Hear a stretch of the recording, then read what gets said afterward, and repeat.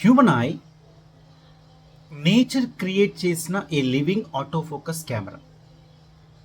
ఆ హ్యూమన్ ఐకి ఛార్జింగ్ లేదు, బ్యాటరీ లేదు, మాన్యువల్ సెట్టింగ్ లేదు, కానీ ఎవ్రీ సెకండ్ పర్ఫెక్ట్గా అడ్జస్ట్ అవుతూ ఉంటుంది. ఫస్ట్ లైట్ ఐలోకి ఎంటర్ అయ్యాక కార్నియా మేజర్ బెండింగ్ చేస్తుంది.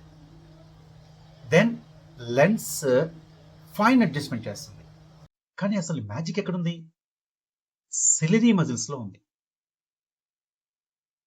దూరంలో ఆబ్జెక్ట్ని చూస్తే దూరంగా ఉన్న ఆబ్జెక్ట్ని చూస్తే సిలిరీ మజిల్స్ రిలాక్స్ అవుతాయి, లెన్స్ థిన్ అవుతుంది, ఫోకల్ లెంత్ మ్యాక్సిమం అవుతుంది.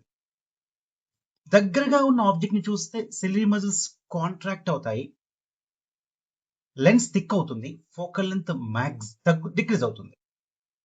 లెన్స్ ఇలా తన ఫోకల్ లెంత్ మార్చుకొని క్లియర్ ఇమేజ్ని రెటినా మీద ఫోకస్ చేయడమే అకామిడేషన్ అంటారు. ఇప్పుడు డీప్ కాన్సెప్ట్ చూద్దాం. ఐ పవర్ని డయాప్టర్లో మెజర్ చేస్తాం, తెలుసు మనకి. P is equal to 1/f meters, 100/f in centimeters.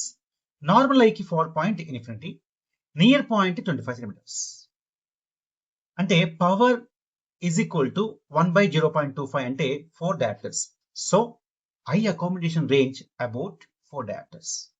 Age పెరిగే కొద్దీ లెన్స్ స్టిప్ అవుతుంది, అకామిడేషన్ తగ్గుతుంది, నియర్ పాయింట్ దూరంకి వెళ్తుంది.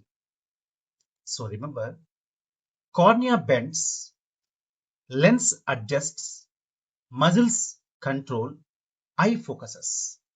సో మీ ఐ జస్ట్ బాడీ పార్ట్ కాదు, అది ఒక లివింగ్ ఫిజిక్స్ ల్యాబొరేటరీ. నేను మీ బాలరాజ్. ఫిజిక్స్ని మగప్ చేయకండి, అబ్జర్వ్ చేయండి.